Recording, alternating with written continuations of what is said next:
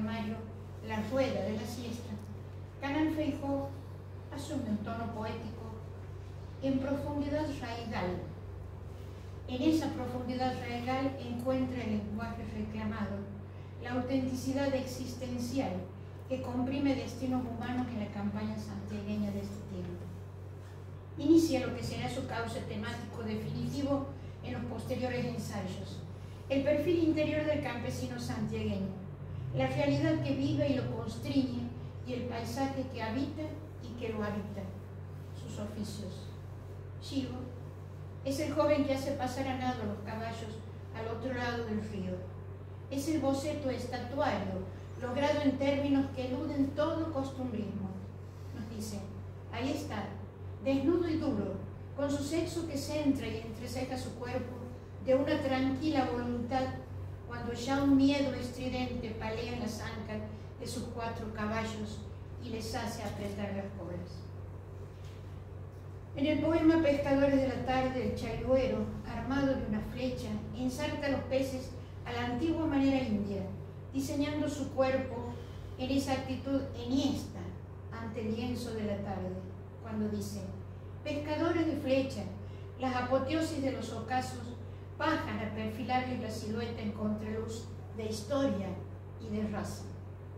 En el poema Raza de sombras, el boliche es el espejo en cuyo azogue se refleja la frustración y la angustia cotidiana. Cito: el anochecer de la vidala en el boliche saca una luz de lengua amarilla y pegajosa que lame aceite de tristezas desiertas en las frentes y en los pómulos. 3 hombres en el ángulo arman el falso trípode de sus borracheras. La tristeza de los desarraigos, que los éxodos periódicos a las cosechas, trabajos transitorios fuera de la provincia, arrancan al hombre de su época, al hombre de su tierra. Éxodo, que es uno de los temas de sus ensayos posteriores, evidencia el ser santiagueño cercado por su dura realidad, que se evidencia aún más en Sol Alto, poemario que se concreta en problemática social, distanciado ya de las innovaciones vanguardistas de los 2 primeros libros. Canal Feijóo, afirmado en un vértice de madurez poética, se muestra en posesión de su propio lenguaje, en un tono parco, severo, conciso, en la certeza del infinito potencial creador de la poesía, consubstanciado, identificado íntimamente con su tierra, con su provincia, decide hundir en el verso la profundidad del hombre rural, tesón que lo encaminará a sus ensayos. En Sol Alto se afianzan temas que cincelan la vida del campesino en el pesimismo y la desesperanza. El incendio de una tropa de carretas, escena dantesca de 1865, es el patético vaticinio del advenimiento del ferrocarril décadas después, cuyo trazado obvió antiguas poblaciones importantes que desaparecieron hacia el olvido. El ferrocarril destruye el pacífico esquema de la vida rural, las cosechas, las apariciones, las fiestas, en un pasado ya fabuloso y arcaico. El poema Desorientación nos dice: fue un segundo feliz de eternidad. La vida era toda volumen de paz y tiempo, y así hasta aquel día en que quedó rasgado el tangente alarido del primer camino de hierro. El ferrocarril irrumpe intempestivo en la quietud. En el poema Año Redondo nos dice: y ya no fue beatitud del tiempo sino drama, y la tierra geométrica sangró en cada camino, hacia la derecha, hacia la izquierda, hacia arriba, hacia abajo, crucifixión del alma. En Sol Alto, Canal Feijóo afirma su atención nuevamente en el quehacer, en el oficio del hombre.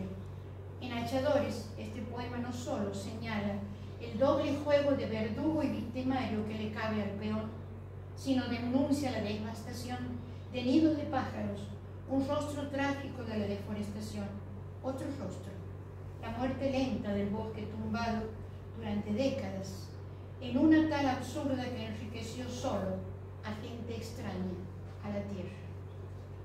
Nos dice el poema: las víboras, las lechuzas, las torcasas, oblicuamente vienen y van oblicuamente, recogen la palabra despavorida y el eco viaja hacia la otra ribera de los aturdimientos.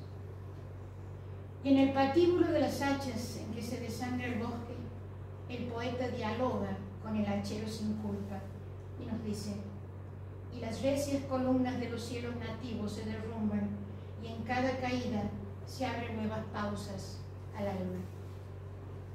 Y en esta prolongada ejecución del árbol, la deforestación sanciona las sequías y el doloroso destino del hombre, el éxodo.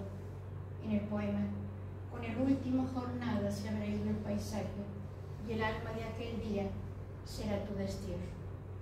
En el poema Carreros, Canal Feijó resalta el antiguo oficio del hombre rural que lenta, despaciosamente trasladan mercancías hacia las ciudades en un peregrinar agobiante, demoledor. Dice: luchan contra el olvido que escapa, van más despacio que su infortunio. El tono parco, prieto de Canal Feijó se agudiza en el dibujo del paisaje agobiado de silencio y de tiempo. Dice el poema: siempre el día se acaba lejos de ellos, los fogones de invierno lavan su sueño negro. En La rama ciega, publicado en 1942, 10 años después, el tono poético es otro. La voz ceñida, prieta de la rueda de la siesta y sol alto, se profundiza en un acento lírico e íntimo. Es un planteo interrogante, una interpelación hacia sí mismo. En este sendero hacia lo más profundo del ser, deja atrás las iniciales innovaciones ultraístas y creacionistas, riguriza la forma poética y se reconcentra en un acento austero, sobrio, reflexivo, que nos remonta al siglo de oro, a Fray Luis de León.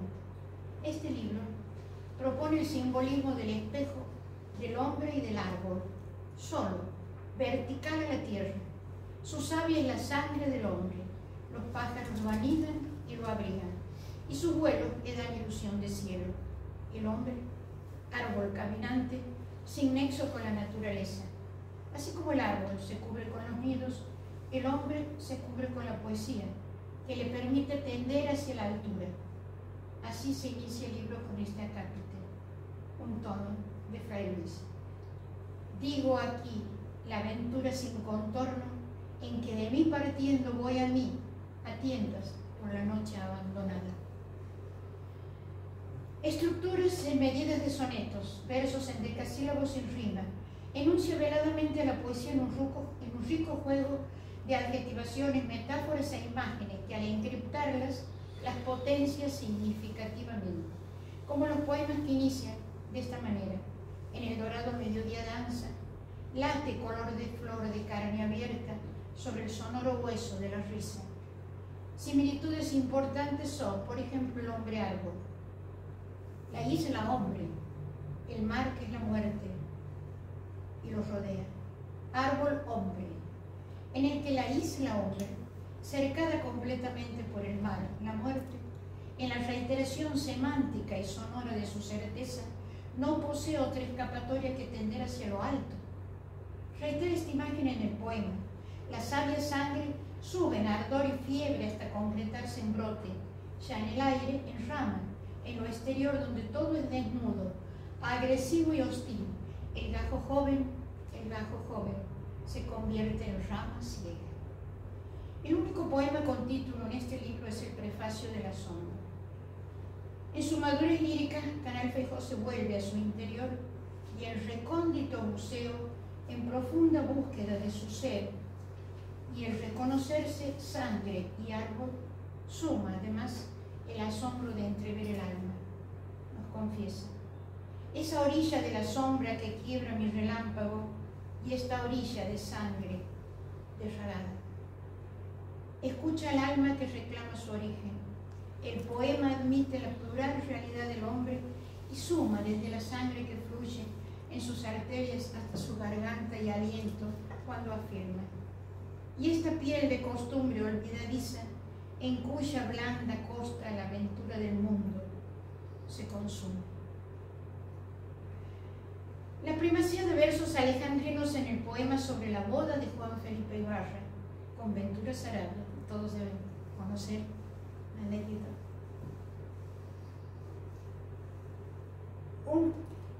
Un hecho que pasara al ámbito de la leyenda le otorga un tono heroico cuando nos dice: él, Juan Felipe, maduro ya gobernador sin plazo, ha pensado en casarse, como en un recio afeite de la forma y el alma.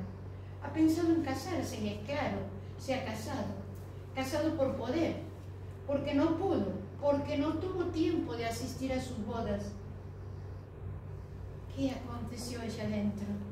¿Quién apoyó las palmas en el pecho del otro para cobrar distancia?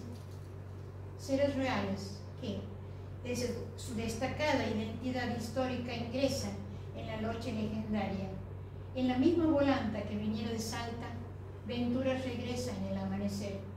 Y Juan Felipe, entre los dos paneles de su rostro asimétrico, nos dice Canal, le chorrea un silencio que se traga con pena. Juan Felipe está solo. Juan Felipe está solo y siente crecer la barba. Gigantesca imagen de tiempo y soledad. Siente crecer su barba. Gigantesca imagen de tiempo y soledad en el apretado acento lírico al que ha accedido Canal Feijó en este libro. Se cincelan las metáforas en gemas de durísimo y concentrado fulgor cuando se refiere al infinito. Es la nocturna cifra sin fin. Cuando se refiere al río, es la voz dichosa que repite la memoria del agua. Cuando se refiere al tiempo, es el éxtasis celeste de la atmósfera. En La rama ciega, Bernardo Canal Feijó proyecta al hombre isla, cercado totalmente por el mar. El hombre, también árbol, enraizado en la tierra para crecer, no tiene otra dirección que hacia la altura. Cuando nos dice: solo está el árbol solo, en la tierra y la angustia, no podría caer. ¿Hacia dónde caería? Le sostienen la soledad y el corazón, los 5 puntos cardinales. Conocemos 4 puntos cardinales. Y ya hemos visto que el hombre árbol isla, rodeado, signado por el mar de la muerte, crece a lo alto, se eleva en la poesía, que es el 5.º punto cardinal.